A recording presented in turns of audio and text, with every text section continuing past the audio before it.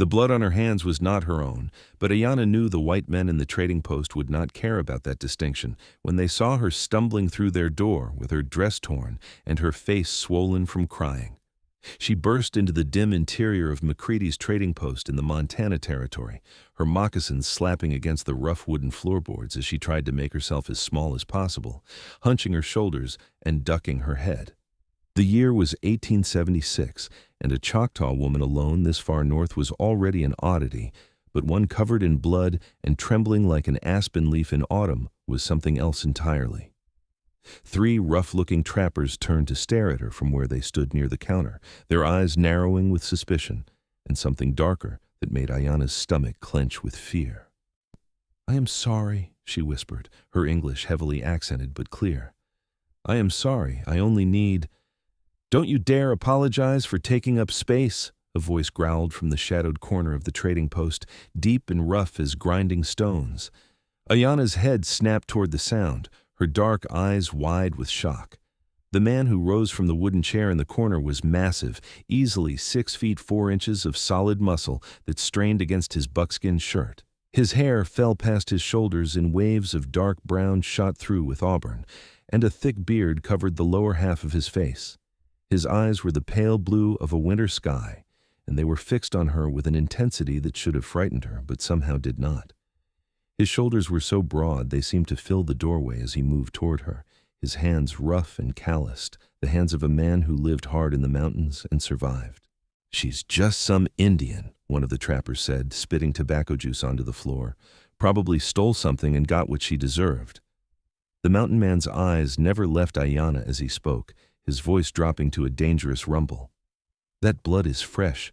Hers is dry on her cheek. Someone else's is on her hands. She ran from something." He took another step closer, and Aiyana found she could not move, could not look away from those pale eyes. "Who hurt you?" "My husband," Aiyana whispered, and then her knees buckled. The mountain man caught her before she hit the ground, his arms coming around her with surprising gentleness for such a large man. Up close, he smelled of pine smoke and leather, and something wild she could not name. His chest was solid as oak beneath her cheek, and for the first time since she had fled into the woods 3 hours ago, Aiyana felt something other than pure terror. "Your husband do this to your face?" the mountain man asked, his voice still low but somehow softer now. Aiyana nodded against his chest. "He drank the white man's whiskey. He was not Choctaw. He was Lakota. He brought me north from Indian Territory 2 winters ago, said we would trap and trade, make a good life. But he drank and she swallowed hard, forcing the words out.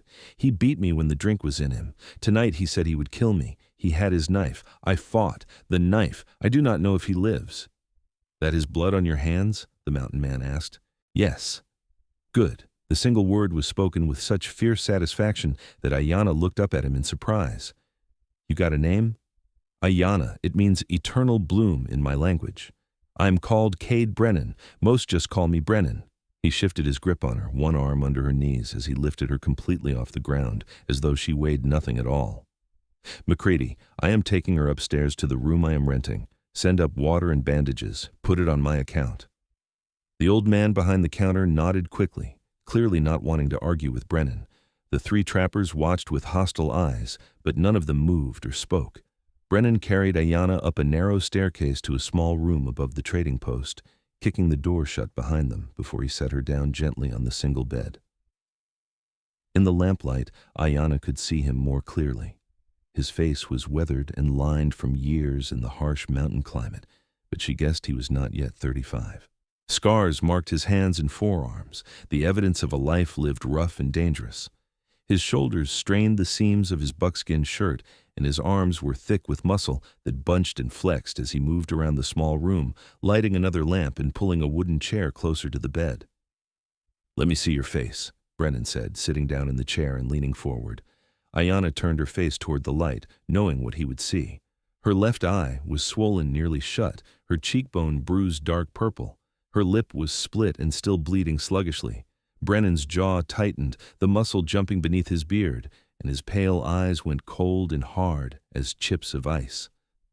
"How long?" he asked. "He first hit me a year ago. It grew worse with time." "Why did you not leave?" Aiyana laughed bitterly. And go where? I'm far from my people. I have no family here, no protection, a woman alone. She shook her head. You know what happens to women alone in this country. Brennan was silent for a long moment, studying her face. You are not alone now, he finally said, his voice rough. You are under my protection. Anyone wants to hurt you, they will have to go through me first. You do not even know me, Aiyana whispered. I know enough. I know you fought for your life. I know you are strong enough to run into a trading post full of white men, even though you are terrified. I know you apologized for taking up space when you have every right to be here, to be safe, to be treated like a human being. He reached out slowly, giving her time to pull away, and gently touched the unbruised side of her face with his rough fingertips. I know you are the bravest woman I have ever met. A knock at the door interrupted them, and Brennan rose to take a basin of water and clean rags from McCready. When he returned to the bedside, he wet a cloth and began carefully cleaning the blood from Aiyana's hands. His touch was gentle, almost reverent, and Aiyana found herself watching his face as he worked. There was a sadness in his eyes, she thought, something old and deep that he carried with him. Why do you help me? She asked softly. Brennan did not look up from his task, his large hands cradling her smaller ones as he cleaned away the evidence of violence. My mother was Shoshone, he said after a moment. My father was a trapper, Irish by birth. He loved my mother more than anything in this world. When I was 10, a group of men came to our camp while my father was out checking his trap lines. They killed my mother because they did not think she deserved to be alive, because they thought she was less than human. They left me alive because I looked white enough, but I will never forget her screaming my name as they dragged her away from me. His hands tightened fractionally on hers. I have spent 24 years wondering if I could have saved her if I had been bigger, stronger. I will not fail another woman who needs help, not ever again. Aiyana's throat tightened with emotion. I am sorry for your loss. Do not apologize to me. Aiyana, you have nothing to be sorry for. He finished cleaning her hands and moved the cloth to her face, dabbing carefully at her split lip. Tell me about your people. The Choctaw are from the Southern Territories, are they not? How did you come to be so far north? Aiyana closed her eyes, letting his gentle ministrations soothe her. I was born in what the whites call Oklahoma, in Indian Territory. My parents died when I was young, killed by a fever that swept through our settlement. I was raised by my grandmother, who taught me the old ways, the medicine of plants, and the songs of our people. When I was 18, a Lakota warrior named Running Wolf came south with a trading party. He was handsome and strong, and he spoke of the great buffalo herds in the north, of the mountains that touched the sky. He courted me properly, gave gifts to my grandmother. She did not trust him, but I was young and foolish. I thought I loved him. Love does not leave bruises, Brennan said quietly. I know that now, but it took time to learn. She opened her eyes and found him watching her with those pale, intense eyes. He was kind at first. We traveled north together, and I marveled at the beauty of this country. But once we were far from my people, once I was dependent on him, he changed. Or perhaps he was always this way and simply hid it until I could not escape. You escaped tonight. I fought back tonight. I have grown tired of being afraid.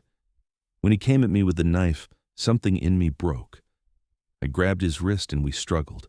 The knife turned in his hand. It went into his side, below his ribs. I do not know how deep. He fell and I ran. I ran until I saw the lights of the trading post. Brennan set the cloth aside and reached for a small tin of salve from his pack. This will help the bruises heal faster, he said, dabbing the cool ointment on her cheekbone. You will stay here tonight. Tomorrow we will decide what comes next. He will come looking for me, Aiyana said, fear creeping back into her voice. If he lives, he will come. Then I will be waiting, Brennan said, and the absolute certainty in his voice sent a shiver down Aiyana's spine that was not entirely from fear. That night, Brennan insisted she take the bed while he made a pallet on the floor. Aiyana argued, but he would not be moved. She lay awake for a long time, listening to his steady breathing in the darkness, and wondered at the strange turn her life had taken. She had expected to die tonight, had made her peace with it when Running Wolf's hands closed around her throat.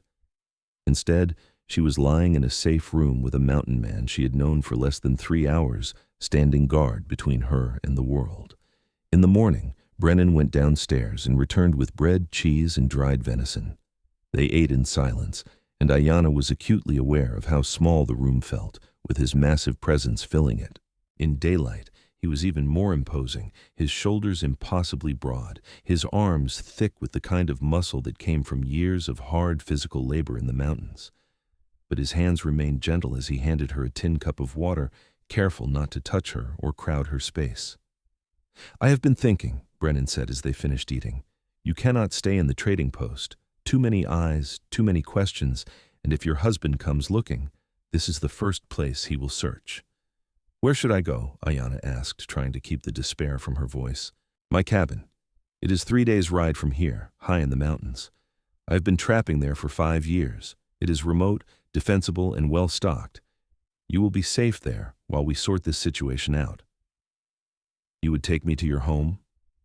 "I would take you anywhere you need to go to be safe." Brennan leaned forward, his elbows on his knees, his pale eyes serious. "But I will not force you. If you want to go somewhere else, if you have family or friends who can help you, I will take you there instead. The choice is yours, Aiyana. You are in control of your own life now." The word struck her like a physical blow. Control of her own life. She had not felt in control since the day she left Indian Territory with Running Wolf. Perhaps she had not felt truly in control even before that, living as her people did under the watchful eye and harsh rule of the white government.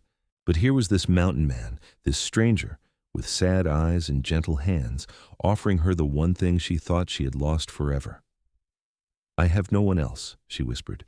"If you will take me, I will go to your cabin. Then we leave within the hour. I want to be well away from here before anyone can cause trouble." Brennan gathered his supplies with efficient movements while Aiyana watched. He had 2 horses stabled behind the trading post, he explained, a big roan gelding he called Red, and a smaller gray mare named Smoke. He packed his saddlebags with provisions, checked his rifle and the big knife at his belt, and then turned to Aiyana. "The clothes you are wearing are torn and not warm enough for the mountains. I have an extra shirt and a pair of trousers that will be too big but can be belted. The nights are still cold up high, even though it is summer in the lowlands." Aiyana nodded and took the clothes he offered. When he stepped outside to give her privacy, she quickly changed, rolling up the sleeves and pant legs until she could move freely. The shirt smelled like him, like pine and smoke, and that wild scent she still could not identify. It made her feel strange, protected, and oddly comfortable. When she emerged from the room, Brennan was waiting at the bottom of the stairs. His eyes swept over her in a purely assessing way, checking to make sure she was dressed warmly enough, and then he nodded. "Let us go." They left through the back door of the trading post, avoiding the main room where curious eyes might follow them. The morning was cool and clear, the sun just beginning to burn off the mist that clung to the valley. Brennan's horses were magnificent animals, well cared for, and clearly accustomed to mountain travel. He lifted Aiyana onto Smoke's back as easily as if she were a child, and then swung up onto Red with a grace surprising in such a large man. "Stay close to me," he said. "The trail is rough in places, but Smoke knows the way." They rode out of the valley at a steady pace, heading into the mountains that rose like the spine of the world to the west. Aiyana had thought herself accustomed to wild country after 2 years in the north, but the land Brennan led her through was wilder still, raw and untamed and breathtakingly beautiful. Pine forests gave way to rocky slopes, which in turn opened onto high meadows carpeted with wildflowers. Eagles soared overhead, and once they saw a grizzly bear in the distance digging for roots on a hillside. Brennan set a hard pace, clearly wanting to put as much distance as possible between them and the trading post. They stopped only briefly at midday to rest the horses and eat cold rations. Aiyana's body ached from the unaccustomed riding, but she did not complain. She had learned long ago that complaining only made things worse. Besides, there was something calming about the steady rhythm of the horse beneath her, the endless sky above, the solid presence of Brennan riding just ahead, his eyes constantly scanning their surroundings for danger. On the second day, they climbed higher into the mountains, following trails that seemed to exist only in Brennan's memory. The air grew thinner and colder, and Aiyana was grateful for the warm clothes he had given her. That night, they camped in a small clearing beside a rushing stream, and Brennan built a fire while Aiyana gathered water. When she returned to the camp, she found him skinning 2 rabbits he had snared with practiced efficiency. "You know the mountain ways well," Aiyana observed, settling down across the fire from him. "I have lived in these mountains for 10 years, Brennan said, spearing the meat on green sticks to roast over the fire. "After my mother died, my father lost himself to grief and whiskey. I left when I was 16, headed west, and eventually ended up here. The mountains do not judge. They do not care if your mother was Shoshone or if your father was a drunk. They simply are, constant and honest. I find comfort in that. You have been alone all this time?" "Mostly. I go to the trading post twice a year for supplies and to sell my furs. Sometimes I run into other trappers or hunters. But yes, mostly alone." He looked up at her through the flames, and the firelight turned his eyes to molten gold. "Does that bother you?" "No," Aiyana said truthfully. "I think I understand the appeal of solitude. People are cruel. The mountains are harsh, but they are not cruel. There is a difference." "Yes," Brennan said softly. "There is." They ate in comfortable silence, and afterward, Brennan showed her how to prepare the rabbit skins for tanning. His hands guided hers patiently, teaching her the proper angle of the knife, the steady pressure needed to separate hide from flesh. Aiyana found herself intensely aware of his closeness, the warmth of his body behind her, the strength in his hands. It had been so long since a man had touched her without causing pain that she had forgotten touch could be gentle, could be kind. "Why did you never marry?" she asked suddenly, and then immediately regretted the forward question. "Forgive me. I should not pry." "You're not prying," Brennan said, releasing her hands and sitting back.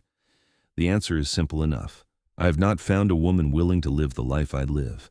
The few women I have met in these parts are looking for a man who will take them to a town, give them a house and neighbors and a church on Sunday. I cannot be that man. The mountains are my home. I will not leave them." "Some women might find the mountains beautiful," Aiyana said softly. "Perhaps." Brennan's eyes found hers across the fire. "Do you find them beautiful?" "Yes.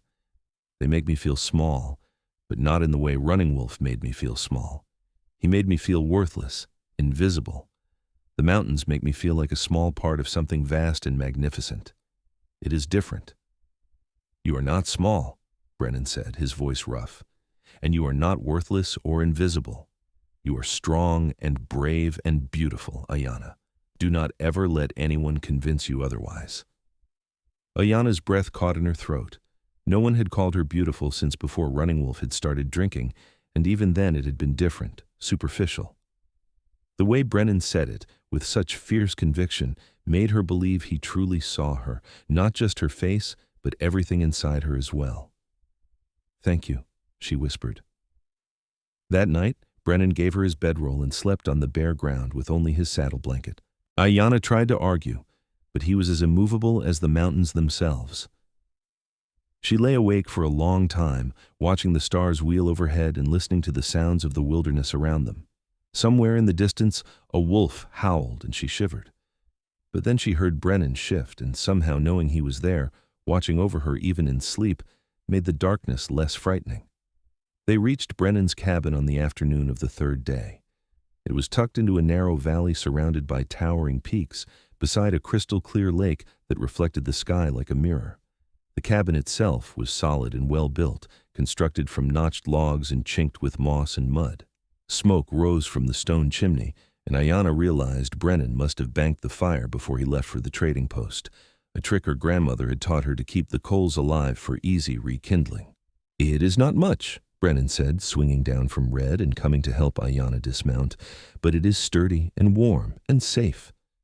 "It is beautiful," Aiyana said honestly, looking around at the valley. Wildflowers bloomed in profusion, and the air was filled with the scent of pine and the sound of birdsong. "It is like a hidden paradise." Brennan's face softened into something almost like a smile. "I have always thought so. Come, let me show you inside." The cabin was a single large room, with a fireplace at one end, a bed built into the wall on one side, and a rough table and chairs near the center. Shelves lined the walls, filled with supplies and tools and traps. Furs hung from the rafters, and bundles of dried herbs dangled near the fireplace. It was the home of a man who lived off the land, self-sufficient and capable, and Aiyana found herself admiring it. "I will build another sleeping area," Brennan said, clearly misinterpreting her silence as dismay. "I have extra furs and timber. It will not take more than a few days. Until then, you will take the bed, and I will sleep by the fire." "You do not have to do that," Aiyana protested. "Yes, I do." Brennan set his saddlebags down and turned to face her. "Aiyana, I want you to understand something. I brought you here to keep you safe, nothing more. I have no expectations of you. You will have your own space, your own privacy. I will not touch you or pressure you in any way. You have my word as a man and on my mother's memory." The solemnity of the vow struck Aiyana deeply.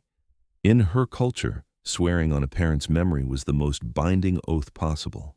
Brennan was promising to protect her not just from Running Wolf, but from himself as well, from any unwanted attention or demands. It was more than she had dared to hope for. I believe you," she said quietly, "and I am grateful beyond words." "No need for gratitude. Now, let me show you where I keep the food stores, and you can decide what you want for supper." The days that followed took on a comfortable rhythm.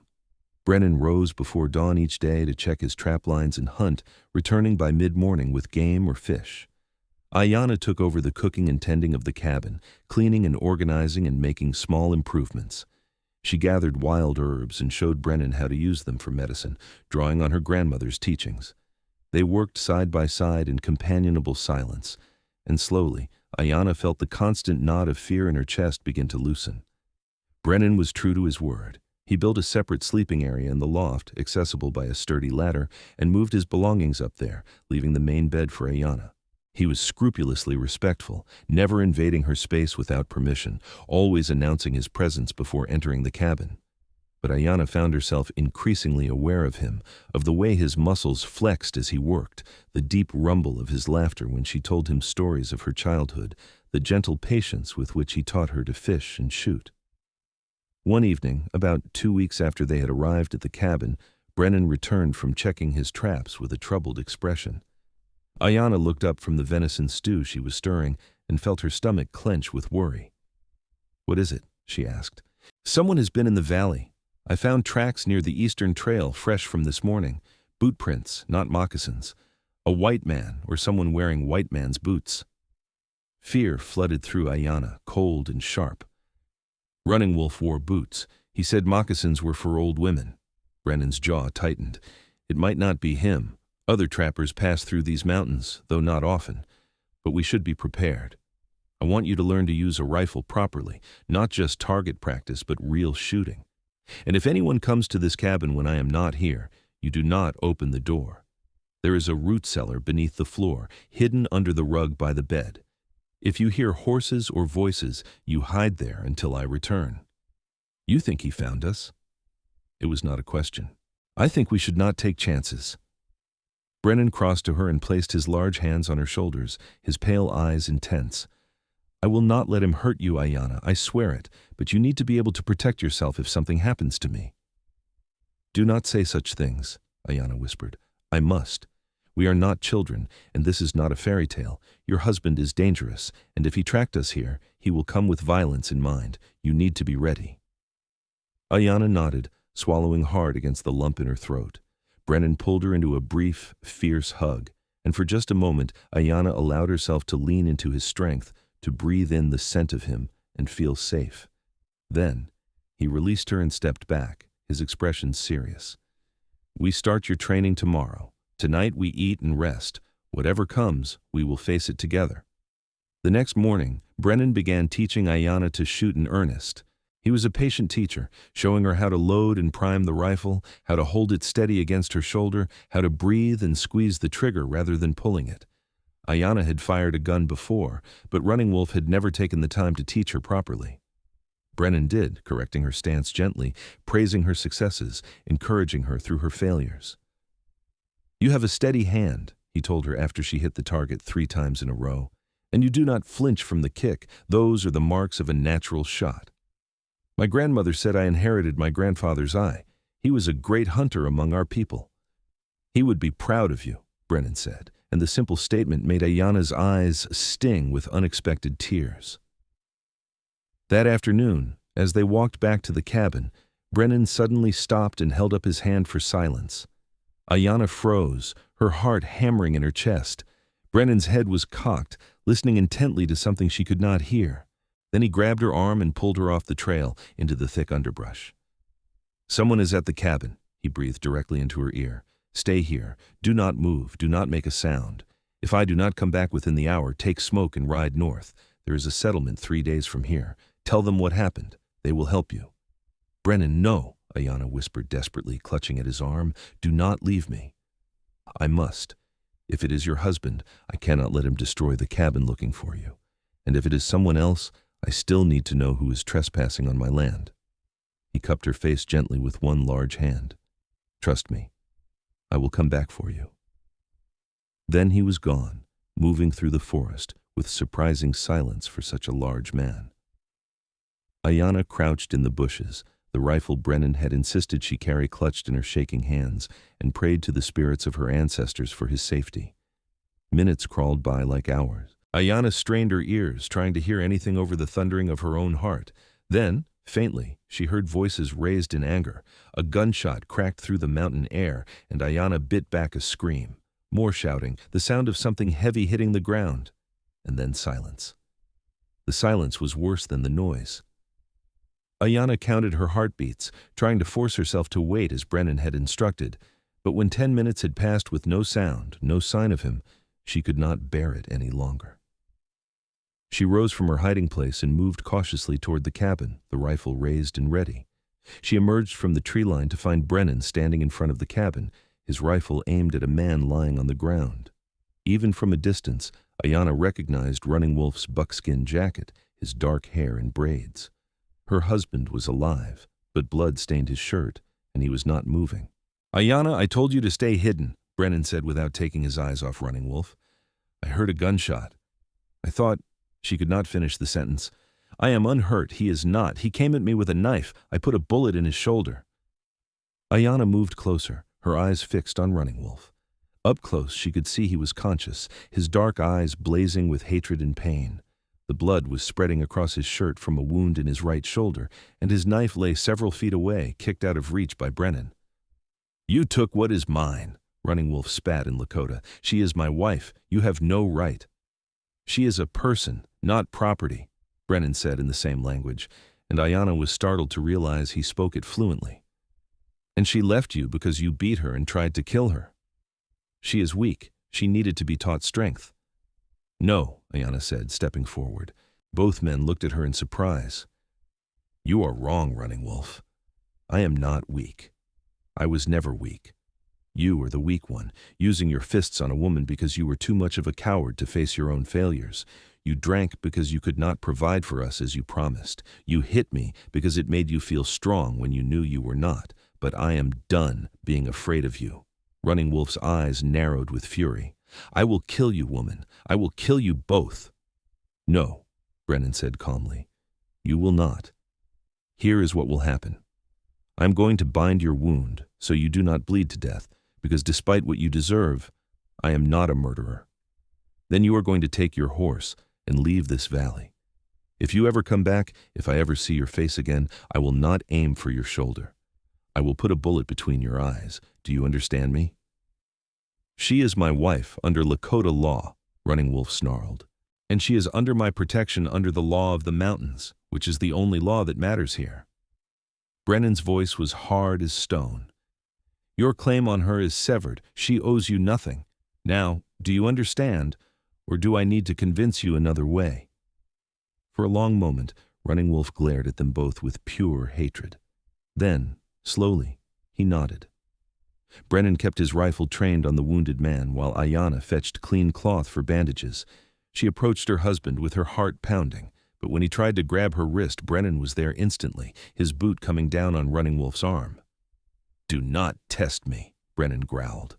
Aiyana bandaged the wound with shaking hands, and then Brennan hauled Running Wolf to his feet and half carried, half dragged him to his horse, which was grazing near the tree line. He boosted the wounded man into the saddle and stepped back. Go, now, and never return. Running Wolf looked down at Aiyana one last time. You are dead to me, he said in Lakota. You and your white man, you are both dead to our people. I can live with that, Aiyana said quietly. They watched until Running Wolf disappeared down the eastern trail, and then Brennan turned to Aiyana. Are you all right? I'm not certain, Aiyana admitted. I thought I would feel something when I saw him again, fear or anger or something, but I just felt empty. He was my husband for 2 years, and now he is a stranger. That is because the man you married, if he ever existed at all, died a long time ago. The person who just left is someone else, someone you do not know. Will he come back? Aiyana asked. I do not know, but I will be ready if he does. Brennan reached out and gently touched her cheek, his rough fingertips feather-light against her skin. You were very brave. You stood up to him even though you were afraid. That takes true courage. I was not brave. I was terrified.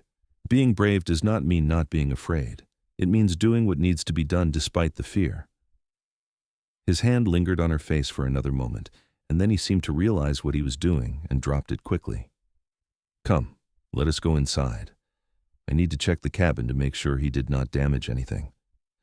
But as they walked toward the cabin, Aiyana found herself wishing Brennan had not dropped his hand quite so quickly, and the realization sent a jolt of surprise through her. Somewhere in the past few weeks, without her even noticing, her feelings for the mountain man had shifted from gratitude to something deeper, something that made her heart race when he smiled at her and her skin tingle when his hand brushed hers accidentally.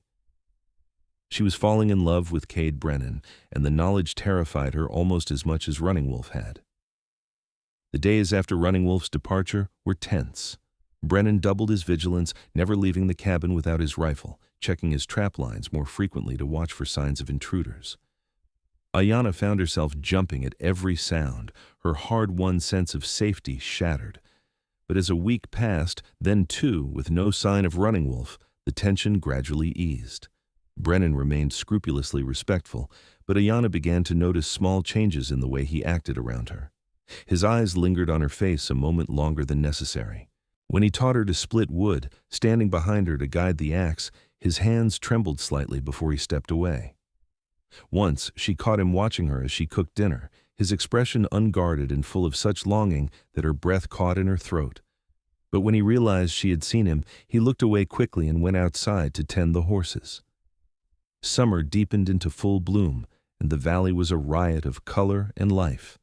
Aiyana had never been happier, despite the circumstances that had brought her here. She loved the rhythm of her days, the satisfaction of hard work, the beauty of the mountains surrounding them. And she loved Brennan, though she had not yet found the courage to tell him. She did not know if he felt the same way, and she was terrified of ruining the friendship they had built. One evening in late July, they sat outside the cabin watching the sun set behind the mountains, painting the sky in shades of orange and purple and gold. Brennan had been quieter than usual all day, and Aiyana finally worked up the courage to ask what was troubling him. Nothing is troubling me, Brennan said, but his voice lacked conviction. You are a terrible liar, Aiyana said gently. Please tell me what is wrong. If I have done something to offend you? No, Brennan said quickly, turning to look at her. No, Aiyana, you have done nothing wrong. You have been perfect. That is the problem. I do not understand. Brennan was silent for a long moment, his jaw working as he struggled with something. Finally, he spoke. Aiyana, you came here seeking safety, and I promised to protect you without expectation. I gave you my word. But I find myself in a difficult position because my feelings have become complicated. Aiyana's heart began to race. What do you mean? I mean that I am falling in love with you, Brennan said bluntly, his pale eyes fixed on hers with painful intensity. I wake up thinking about you. I go to sleep thinking about you. When I'm out checking the trap lines, I hurry back because I want to see your face. When you smile at me, I feel like I could move mountains. And it is wrong, because you are vulnerable and dependent on me, and I'm taking advantage. You are not taking advantage, Aiyana interrupted, her voice shaking. Brennan, you are not taking advantage because I feel the same way. He stared at her. What? I love you, Aiyana said, the words tumbling out now that she had started. I have been trying not to love you because I thought you saw me as a duty, as someone to be protected. But I cannot help it. You are kind and gentle and strong, and you make me feel safe and valued and beautiful. I love you, Cade Brennan." For a heartbeat, Brennan did not move. Then he reached out and cupped her face in both his large hands, his touch achingly gentle. "Say it again," he whispered. "I love you." "Again." "I love you, Cade." He kissed her then, soft and careful, as though she were made of spun glass. Aiyana melted into him, her hands coming up to grip his shoulders, feeling the incredible strength in his body even as he held her with such gentleness. The kiss deepened, and Aiyana felt heat flood through her, a warmth that had nothing to do with the summer evening and everything to do with the man holding her. When they finally broke apart, both breathing hard, Brennan rested his forehead against hers. "Are you certain?" he asked. "Aiyana, I need you to be certain, because if you give yourself to me, I will never let you go. You will be mine, and I will be yours, for as long as we both live. I am not a man who does things halfway." "I am certain," Aiyana said firmly. "I have never been more certain of anything. I love you, and I want to be with you, not because I need protection, but because you are the other half of my soul. I did not know it was possible to feel this way, but now that I do, I cannot imagine going back." "Then you will marry me," Brennan said. It was not a question, but a statement of fact. "Yes," Aiyana laughed, joy bubbling up inside her like a spring. "Yes, I will marry you." Brennan kissed her again, harder this time, pouring all his pent-up longing and desire into it. When he finally pulled back, his eyes were blazing. "I will build you a proper house. This cabin is barely big enough for me. We will need room for children." "Children?" Aiyana felt her face flush. "Many children, if you are willing. I want sons and daughters to teach the mountain ways, to raise in this beautiful place. I want to fill this valley with love and laughter. I want to give you everything you deserve, Aiyana." "I already have everything I need," Aiyana said softly. "I have you." They sat together as the stars came out, wrapped in each other's arms, making plans for their future. Brennan wanted to ride to the nearest settlement and find a minister to marry them properly. Aiyana wanted to be married in the Choctaw tradition, as well as the white tradition, binding them together in both worlds. They talked late into the night, and when they finally went inside, Brennan kissed her once more at the foot of the ladder to the loft, and then reluctantly climbed up to his sleeping area. "Soon," he promised, "after we are married, you will never sleep alone again." "I will hold you to that," Aiyana said, smiling up at him. The next few weeks were a flurry of preparation. Brennan began building a larger cabin on the other side of the valley, felling trees and notching logs with single-minded determination.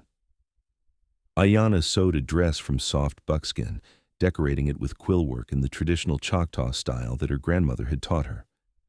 She also prepared a feast, drying and smoking meat, gathering the best of the summer vegetables from the wild.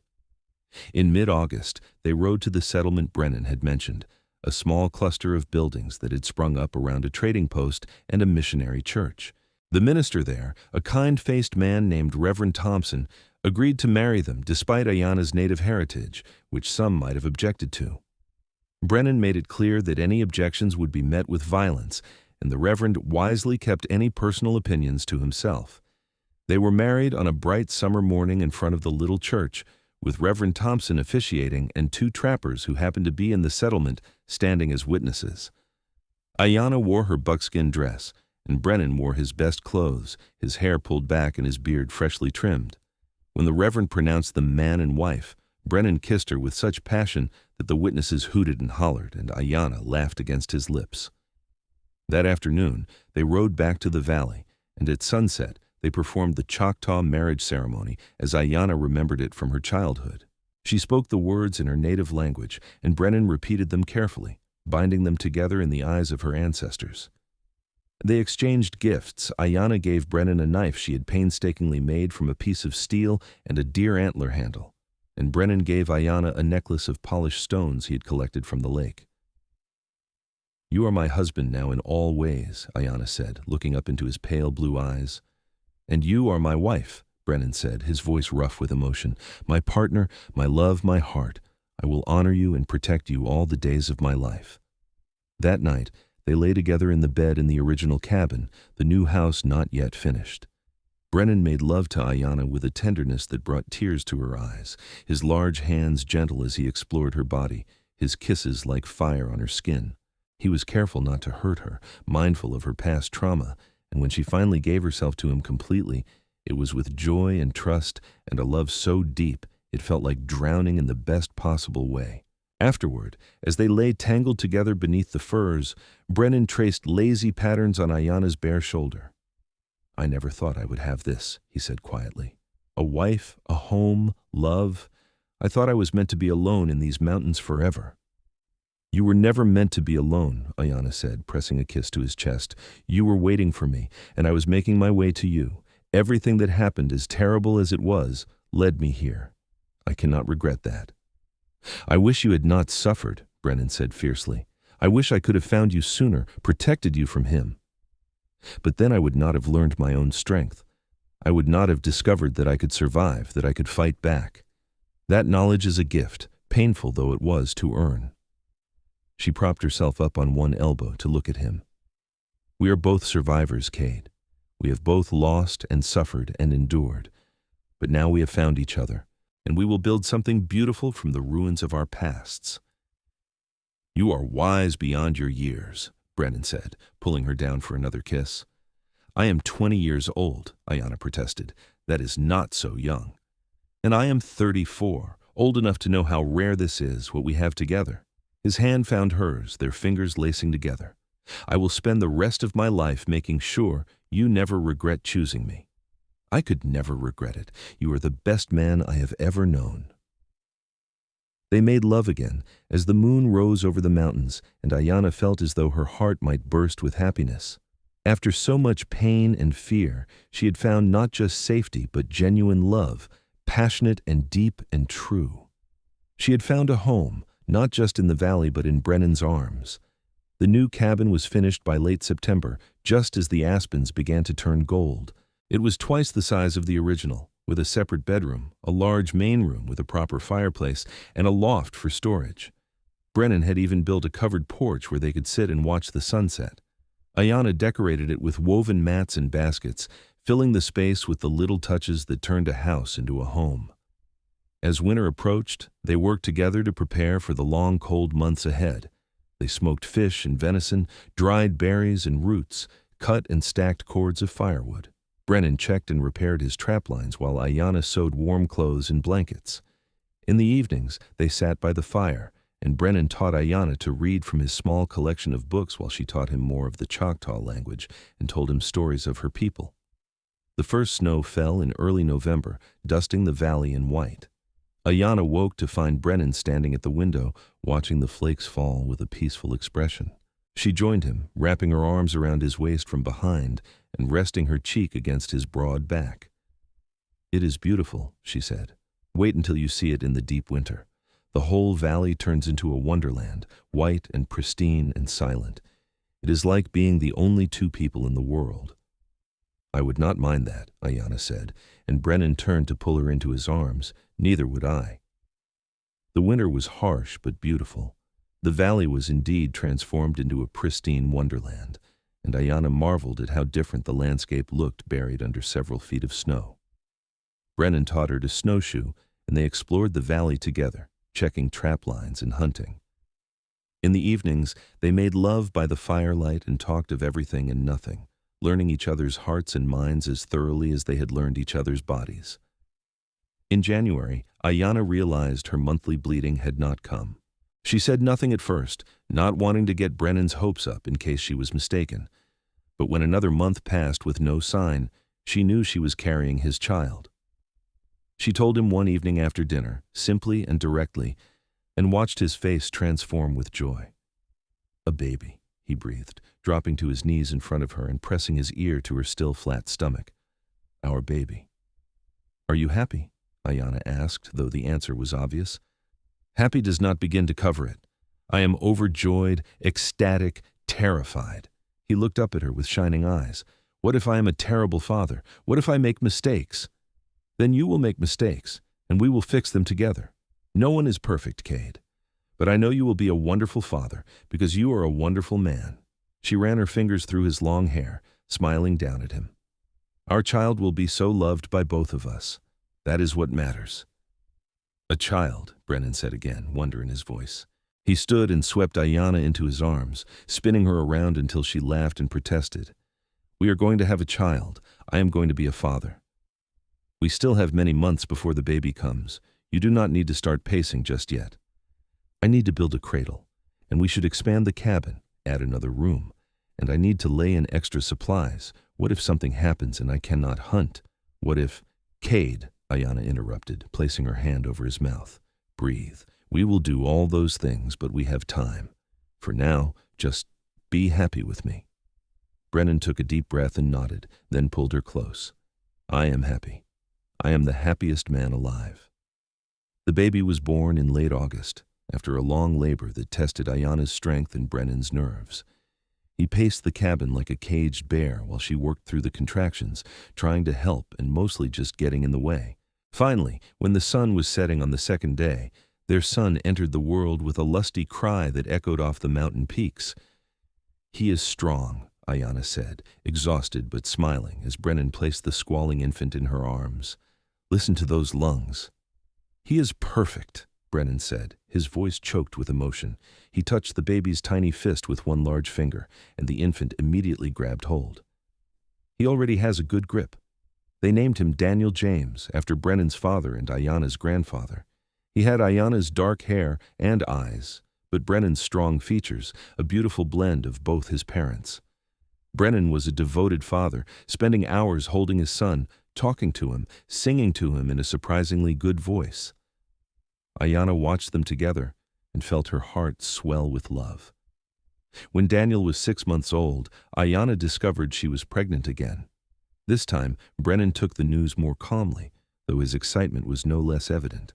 Their daughter, Sarah Rose, was born the following summer, a tiny, delicate thing with Brennan's pale blue eyes and a temperament as fierce as her mother's. 2 years later, they had another son, Thomas Joseph, who proved to be a quiet, thoughtful child who loved to watch the birds and animals. The years passed in a blur of happiness and hard work. Brennan expanded his trapping operation and began trading regularly with several settlements, building a reputation as an honest man who could be trusted. Aiyana became known in the area as well, sought after for her healing knowledge and her fair dealing. They were respected, despite Aiyana's heritage, because Brennan made it clear that any disrespect toward his wife would be met with immediate and forceful consequences.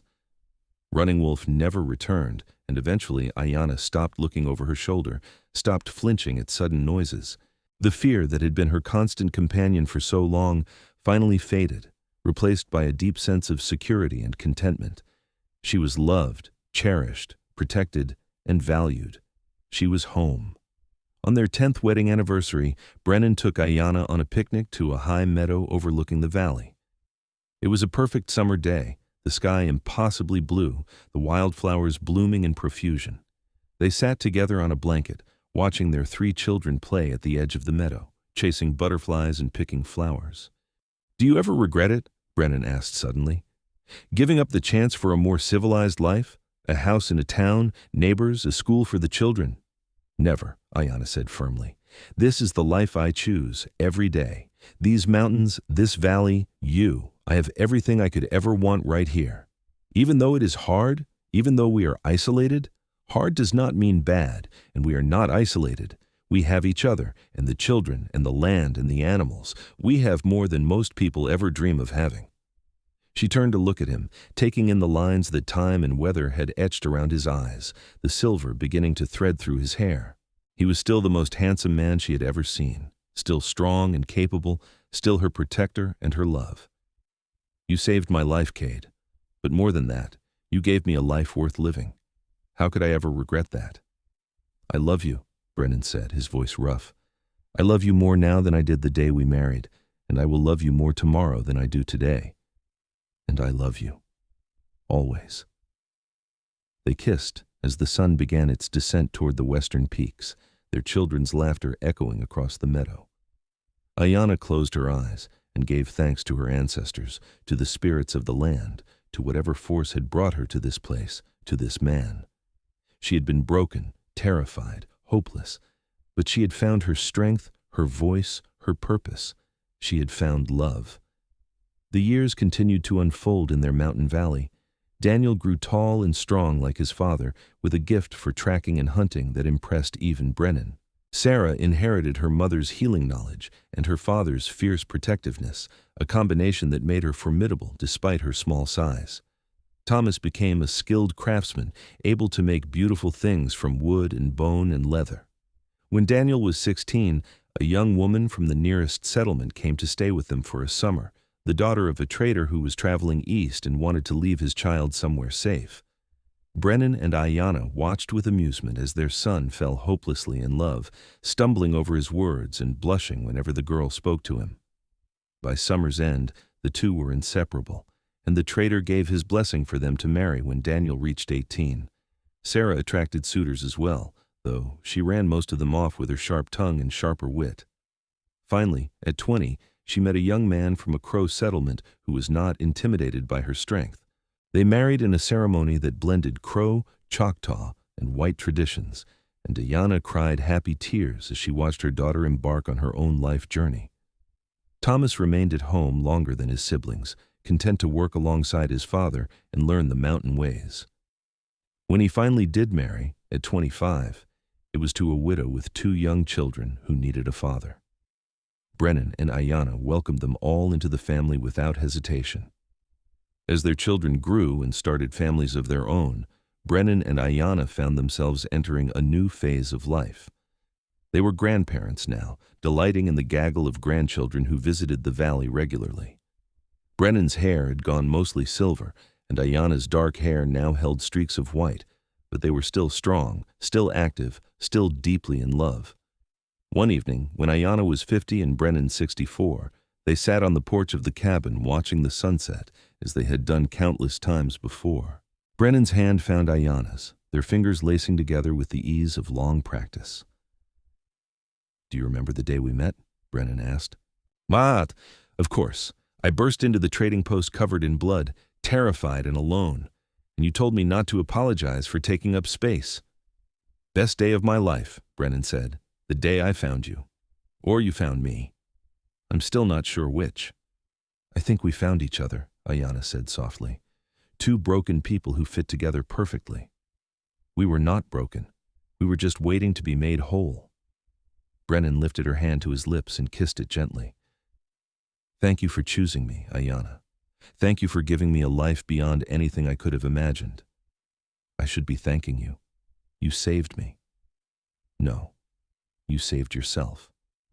I just gave you a safe place to heal." He smiled, the expression crinkling the weathered skin around his eyes. "But I am glad I could be there to help." They sat in comfortable silence as the sun dipped below the mountains, painting the sky in shades of fire. Their valley spread out before them, green and lush and alive with the sounds of summer. Somewhere down the valley they could hear their grandchildren playing, their laughter carrying on the evening breeze.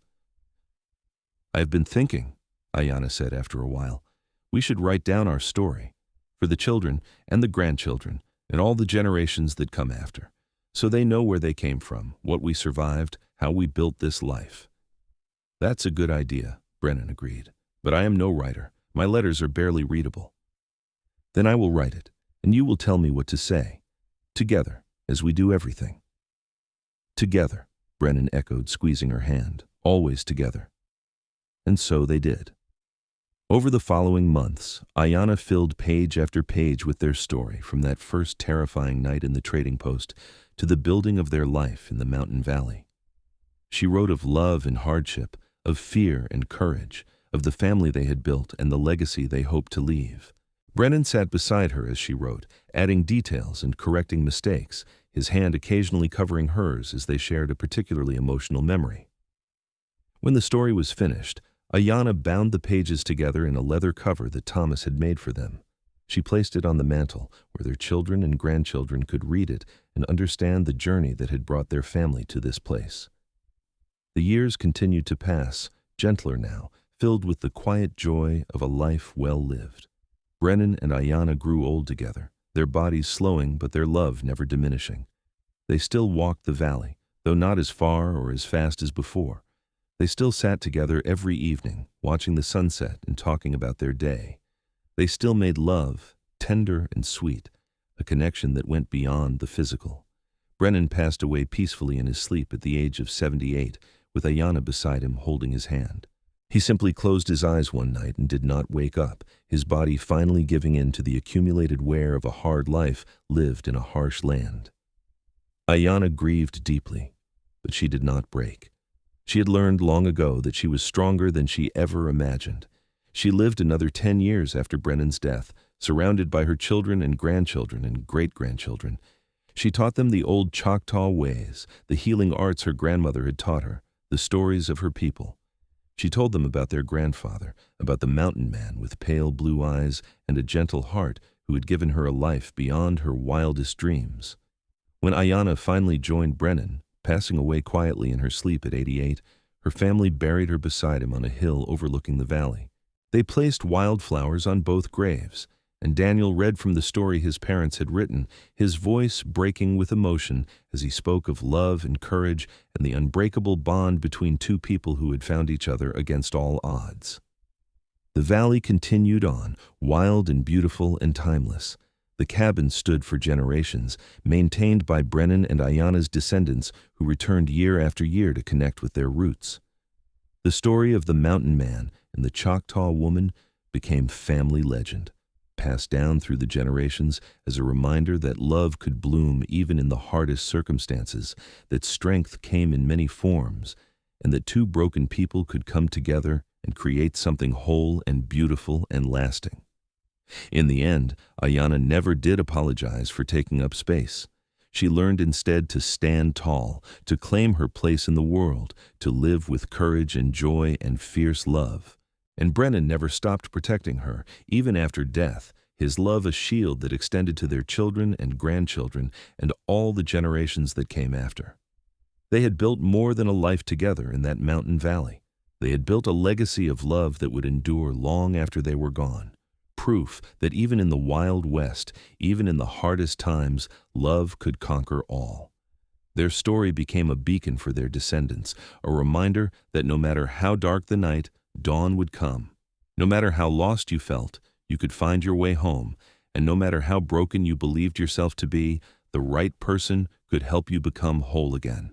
The mountain valley remained, season after season, year after year, a testament to what two people could build when they refused to give up, when they chose love over fear, courage over despair.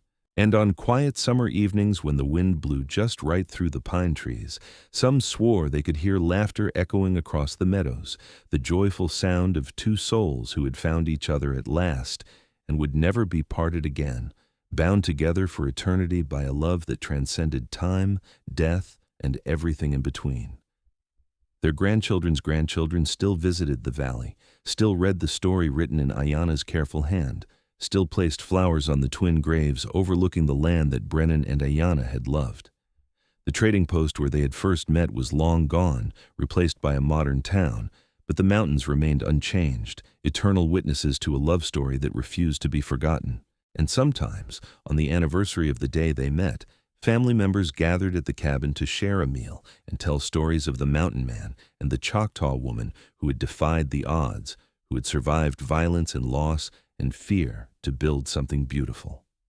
They raised their glasses in toast to Cade Brennan and Aiyana, to the love that had created their family, to the courage that had sustained it. "Don't you dare apologize for taking up space," they would say, repeating Brennan's words to Aiyana all those years ago. And they meant it, every one of them, carrying forward the lesson that their ancestors had learned in blood and tears and ultimately in joy. They took up space proudly, living their lives fully, loving fiercely, protecting their own, building on the foundation that Brennan and Aiyana had laid. The legacy of love continued, unbroken and unbreakable, a testament to the power of two people who found each other in the darkness and built a light bright enough to guide generations. In the end, that was what mattered most. Not the hardship they had endured, not the violence they had survived, but the love they had created, nurtured, and passed down through the ages. A love that began with a growled command and a trembling woman, and grew into something vast and enduring and eternal, as timeless as the mountains themselves.